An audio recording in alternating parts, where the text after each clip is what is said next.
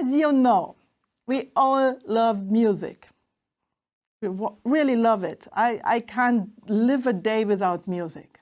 And probably you also know this amazing song of the 60s, What the World Needs Now. Unfortunately, I cannot sing, but otherwise I would sing it immediately to you, because it's such a great song of Burt Bacharach. Famous, wonderful, we owe him so much, so the greatest melodies. And now we have a music session. We have a music session with two fantastic, fantastic leaders of the music industry. You know Robert Kyncl. Robert Kyncl, our friend from YouTube. Yossi introduced me to him. He wrote this book, YouTube and the Rebels Remaking Media. As far as I know, one of the best song videos at YouTube is a music video. Robert, you have to tell us what music videos. I couldn't find it out. And Robert is the business, wait a minute, what is exactly, he is a friend, first of all, but he's also Chief Business Officer at YouTube. He has seen a lot of development on the platform and knows what is going to come next. He last spoke as All-Star at DLD in 2016 about video on demand content. What would we do in times of COVID without video on demand? He spoke about this important technique about this important stream thing 5 years ago, and now it's overall. He's speaking with our friend Troy Carter, whom we owe Gaga, a Gaga performance at DLD. I think it was 2000, whatever, 2000, let me see, maybe I have it here, 2010. Gaga performed at DLD in the Haus der Kunst, and it was fantastic, but I didn't know who Gaga was. I went to bed, and I miss this very much now. I would have loved to have seen her at DLD. And Troy and Robert are good friends of DLD. They're experts in music business, and I'm looking forward to their conversation now. Troy, Robert, good to see you. Hey. Steffi, how's it going? Good to see you, Rob. It's good. Great. Good seeing you two guys. Great You're seeing wonderful. you. Thank you. It's awesome What's to be here. the future Thank of you. music? Troy, you just founded a new company. I forgot to say, Q&A. What is Q&A? Basically, we just been looking at independent music for like the last few years. And, you know, it's always been a space that I've been interested in, and just kind of figuring out how to add more democracy to it, and really being able to give artists and independent labels an alternative to not having to give away their master rights, and sort of making their workflows easier. So our first product is in the music distribution space, and really excited that to get started on it. And already YouTube has already been a great partner to us. So off to a good start. So Robert, Right. please give us some ideas about the future of music at YouTube and in the world. Sure. So first of all, it's great to be here. Great to see you, Steffi, and I can't wait to be at DLD in person. It's always have fond memories of that. I think what we've seen over the last couple of years has been phenomenal for music, with the values of music rising, revenue and the underlying value of music rising. So I think the future is bright, because whether it's the musicians themselves, labels themselves, major independent, or even public and private markets are all recognizing the value of music rising. I think it's probably one of the reasons why Troy started this company as well. Right? It's like obviously you're investing into a growth business, and we've seen that on YouTube between advertising and subscription, both of whom are growing rapidly. So we're just excited about everything that's happening in music today and the role that we play. Yeah, I think the other thing too, just what's really interesting about YouTube. When I started the company, and I was talking to my team, specifically the team that works on the services side. What I told them, and it kind of was counterintuitive, to everybody in the company, but I told them not to focus on streaming and focus solely on YouTube. And reason being, it's one of the only places where you can control everything from start to finish in terms of how the content is distributed, how it's advertised, who you market towards, the social piece of being able to build fan bases through comments and actually talking to the community, and then it's the feedback loop of the analytics that comes back. Versus, and I think the industry, almost to a bit of a fault of my own, had moved to focus solely on streaming and solely on playlist. And what I knew coming out of Spotify was that it was about the connections you made on streaming platforms were about songs, but on YouTube actually created the context around an artist and a context around the songs, and fan bases are really built through context. So that's the part where I think a lot of people chose to ignore, because people tend to focus on shiny new things. But I think the value proposition is stronger than ever right now with YouTube. If I can actually add to it, it's whatever you just said. It's actually my pitch. so it's I really don't have to add much, but it's actually wonderful to hear someone else say that, which is, we like to say is that on YouTube, if you talk to an artist, like on YouTube, you come to build your fans, and you just said it, right? Because it becomes about you, and then your full context of the full swath of short form content, full videos, audio tracks, everything is there, all the interactions, analytics. So, but it's about you, the artist, and we think that's really important. And we've been focused on building out sort of end-to-end experience for artists, labels, publishers, making sure that all that whole universe sort of functions in harmony. And I actually have seen recently a very strong sort of demand and pickup around advertising within the music community, because it is a very significant source of revenue that is growing very rapidly. And it's one that the music industry hasn't tapped into significantly in the past. And now, because of platforms like YouTube, it has the ability to do it. So we've been engaged in very deep discussions and just sort of understanding all of the ins and outs of the advertising industry with all of our partners in the music industry for the last few years.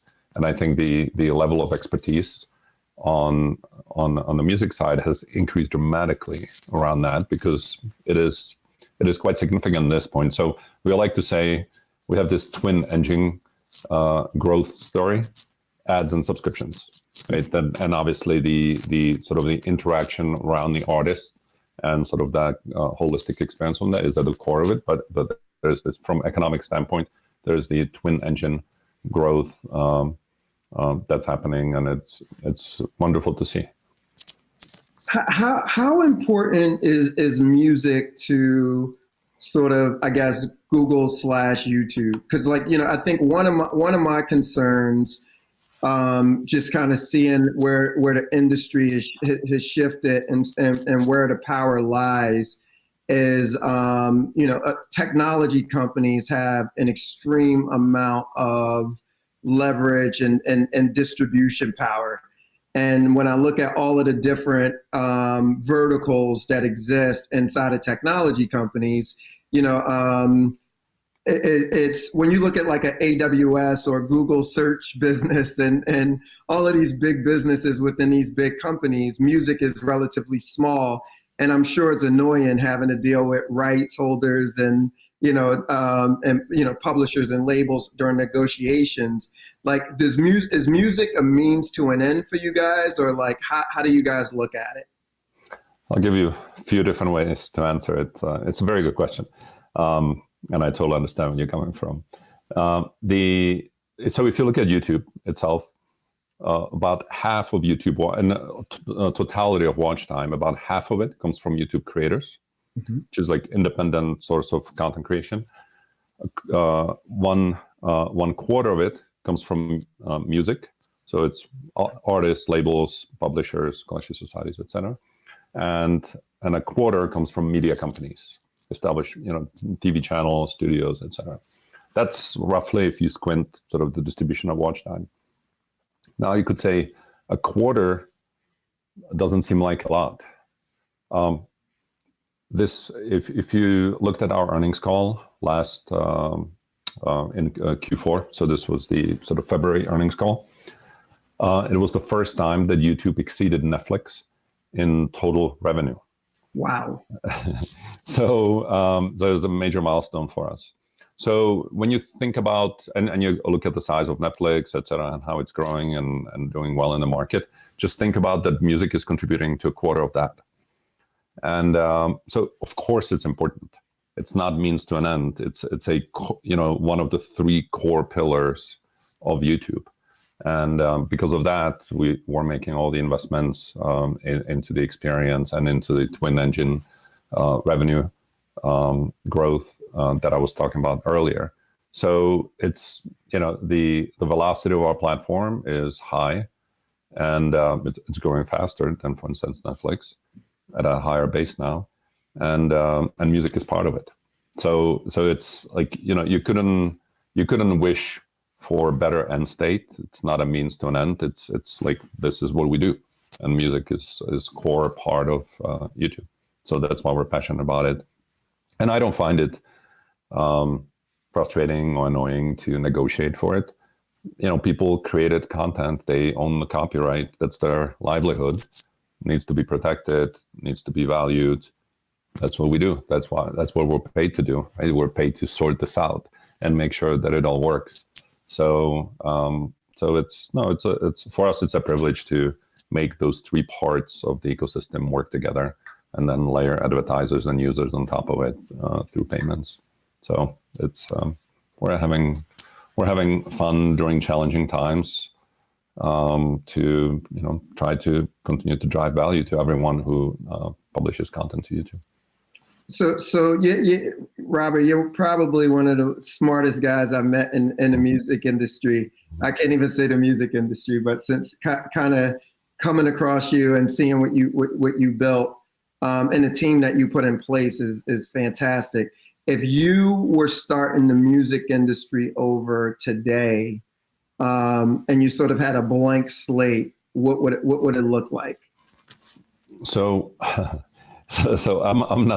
I'm nowhere near as knowledge about the actual creation of the content. No, not even creation. I know the business. But what I'm saying is that's a very important part of the industry that I really don't know much about. And I know how valuable it is, because without that, there's nothing. But and it brings so much joy that Steffi was talking about. And but what I would say is the single biggest problem to solve is actually understanding ownership of music.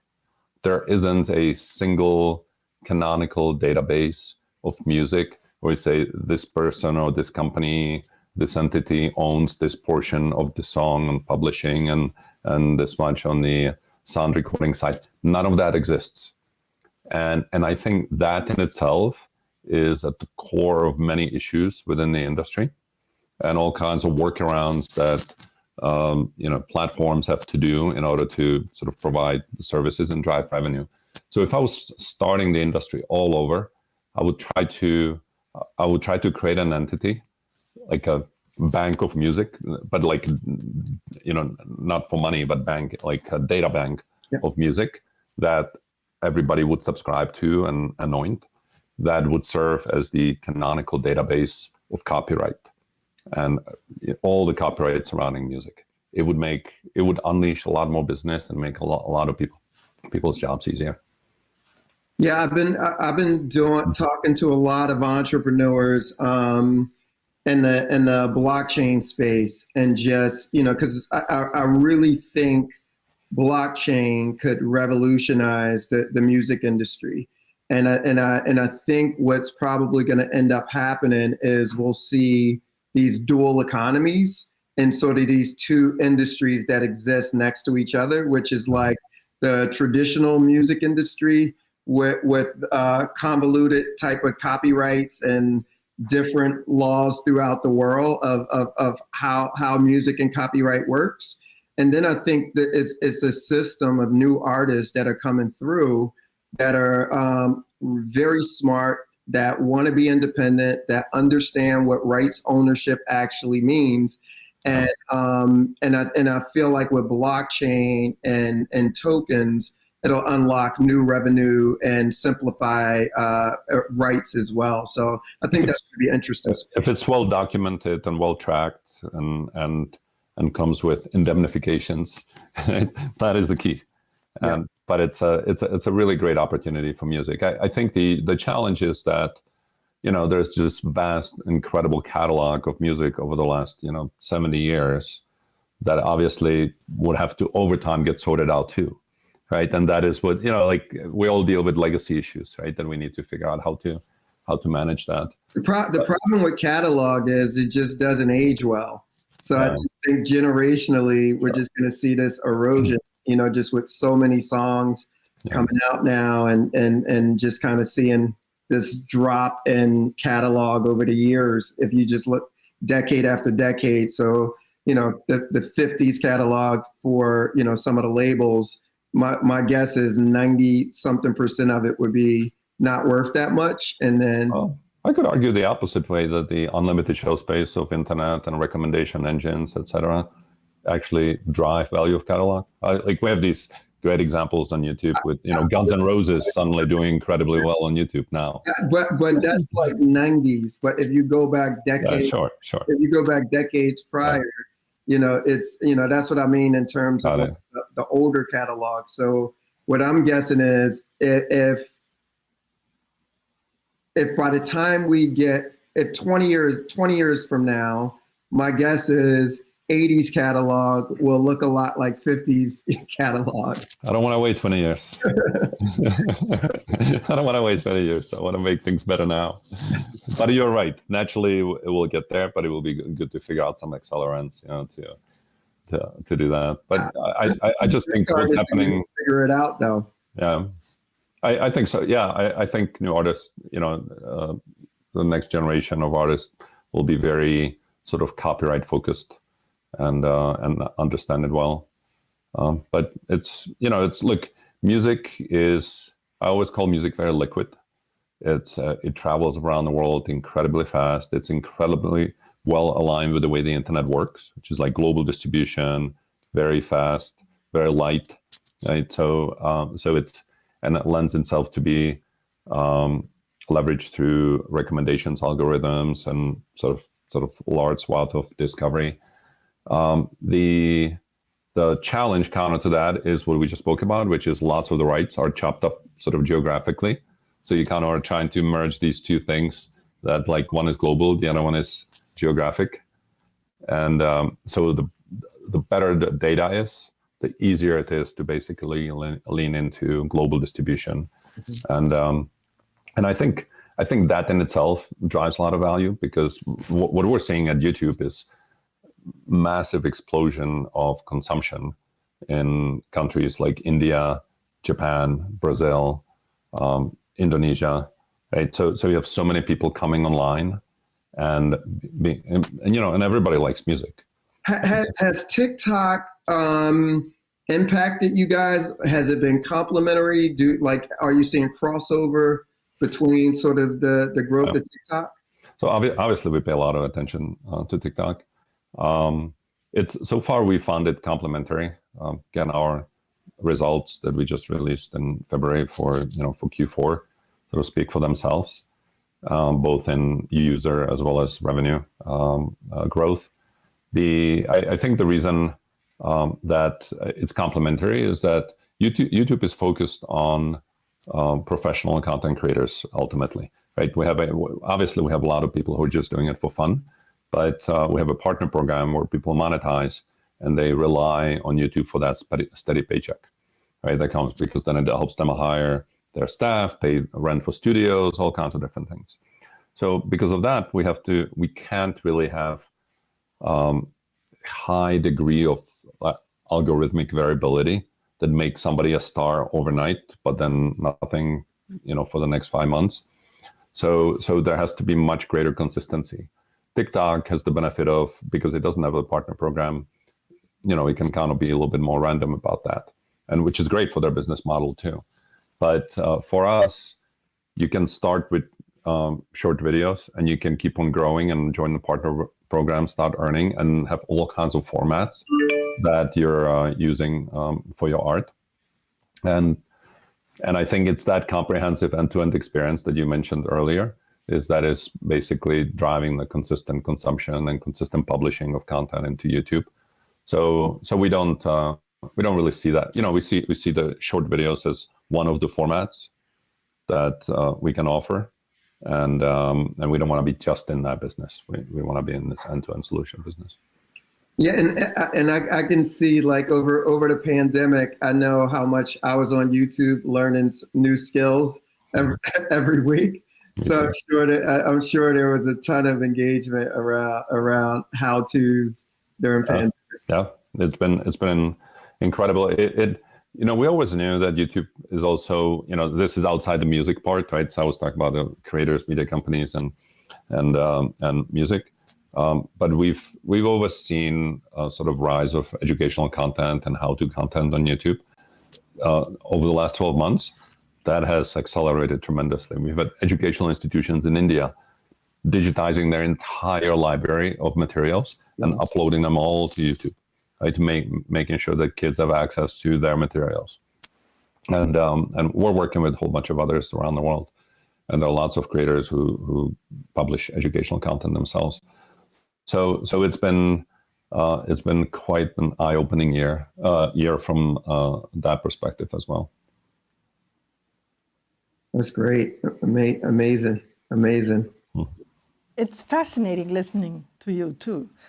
As a heavy user consumer of YouTube, I'm so glad that Guns N' Roses came back. And Troy, That was the first concert that I ever saw in Prague after the fall of the Iron Curtain. Wow. Guns N' Roses. Yes, I remember. I remember vaguely because then I was a fan, and Guns N' Roses were wonderful this time. But I could listen to you for many minutes, many hours more, because I think music is such an integral part of our world. And Troy, what you said was the separate two worlds. One is the Bitcoin, blockchain, not Bitcoin, blockchain world, or will be the blockchain world for young artists, for new kind of artists. And then there's the other, the copyright world and the traditional rights management. I'm eager to have you in 5 years again at DLD, or in 3 years, and see what happened then to music. Thank you. 5 years. Thank you for being with us. I love you guys. You're part of the DLD community, and thank you. Bless you. We love you too, guys, and we're so happy that you keep on doing this even during these challenging times. So thank you. Thank you for putting it together, because we know it's not easy. And of course, I want to hug you both. One day we will see us again in real. Good. So, ciao, friends. Ciao.